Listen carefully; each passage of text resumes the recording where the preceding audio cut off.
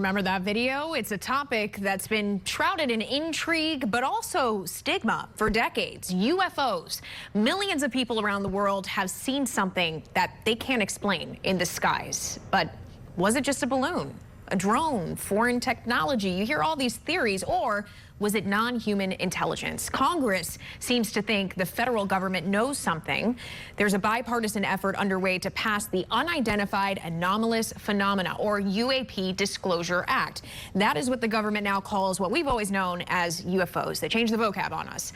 Now, the Senate passed the resolution, and it's now in the negotiation process between the two chambers of Congress. In fact, the Senate Majority Leader, Chuck Schumer, helping lead the effort, and it's hard to imagine that he would introduce any legislation without the backing of the White House. Unidentified aerial phenomena. Unidentified aerial phenomena generate intense curiosity for many Americans, and the risk for confusion and misinformation is high if the government isn't willing to be transparent.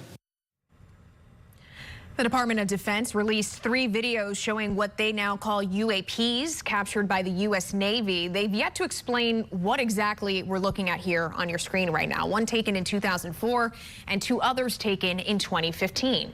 Joining us now is Alejandro Rojas. He is the head of research and content at Enigma Labs, which is a data analytics platform dedicated to unidentified aerial phenomena. First, I want to start with the very basics here and describe non-human intelligence. I mean, it's written several times in the Senate's version of the resolution. So let's look at this. It defines non-human intelligence as any sentient, let me say that correctly, intelligent, non-human life form, regardless of nature or ultimate origin. So with us defining our terms, Alejandro, is this real?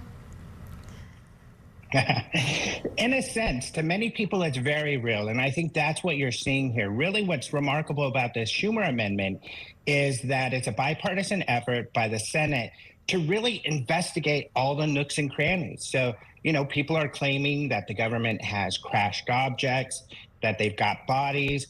So that's why we hear some of this verbiage where they're like, okay, if that's true, then people better be forthcoming with this information. We're going to do what we can to find that out. So they're trying to take this recent whistleblower who came out with some shocking claims and then all the conspiracy theories there and do their due diligence to say, okay, we're gonna look for this stuff. Yeah. Okay. So, you know, the UAP Disclosure Act, can you walk us through specifically what it does, and also why should the average American care whether it is passed? I think that's a great question, because there's the 2 sides of it. Of course, there's the people who believe that sort of thing is going on, and there's the people who believe it doesn't. And I think that actually many of the Senate fit in the second box. So they want to do their due diligence and they want to look for answers. And I think that's where it benefits all Americans, is why not do the effort to find out what's there? You know, let's look in all the classified folders. Let's look in all the nooks and crannies and figure out if something's there. And once and for all kind of determine, are there, you know, craft being hidden at Area 51 or bodies or not? And I think that's what the effort here is. Even though I think many senators don't feel there will be much found, they're all for the effort and looking.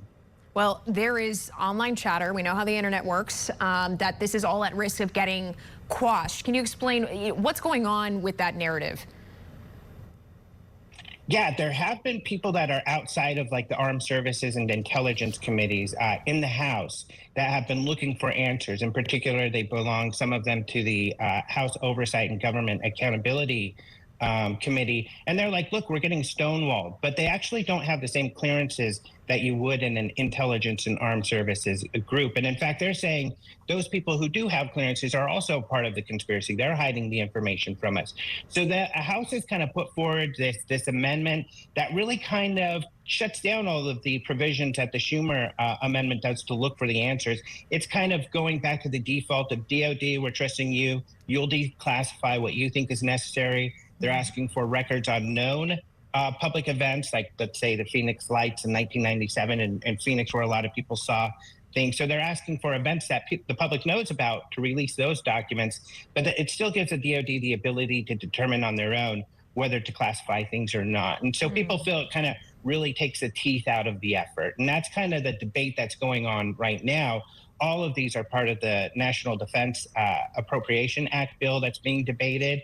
So we'll see what verbiage comes out of it, but that's kind of the tug and play going on. Yeah, well, the legislation would create a 9-person review board for the disclosure effort, and it has some pretty big names on it that would be included. You got the Defense Secretary, of course, we know Senate Majority Leader, House Speaker.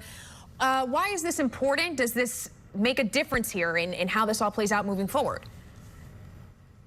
Yeah, that's a great point, because with the Schumer amendment, this board that you've got up on the screen here, they're the ones who will look over that data and determine what should be classified or not. So it's kind of an independent. It includes people from, the public to be involved with this. So it offers a lot more transparency. It doesn't leave it up just to the DOD, who, of course, is being accused of keeping all of the secrets. So the board, I think, would be a good thing. I think it would be a step towards transparency. You're never going to satisfy everyone, but at least you'll have a lot of people feeling like, look, they did do their best to try to find answers. Well, and you mentioned the public involvement. So with this board in mind, and you're saying that that's part of it, what can Americans do if they want this resolution to pass or not? How do they get their feedback in? It's always best to call your own representatives. So, and I would call your representatives in the House and in the Senate. The Senate's already kind of passed their legislation. They're happy with what they've got. When it comes to the House, that's where this is debated now. So call your legislator and say, hey, here's my opinions on the matter. Here's what I think we should do going forward. And that's the best way to kind of get involved and help move things forward. And, those efforts do help. The legislation, the politicians, the Congress people are really listening to the public at this point on this issue. So it's worth the effort to make that call or send that email. Okay, there's an openness. All right, Alejandro Rojas with Enigma Labs. Thank you so much for joining us today and sharing your insight. Appreciate it. My pleasure. Thank you.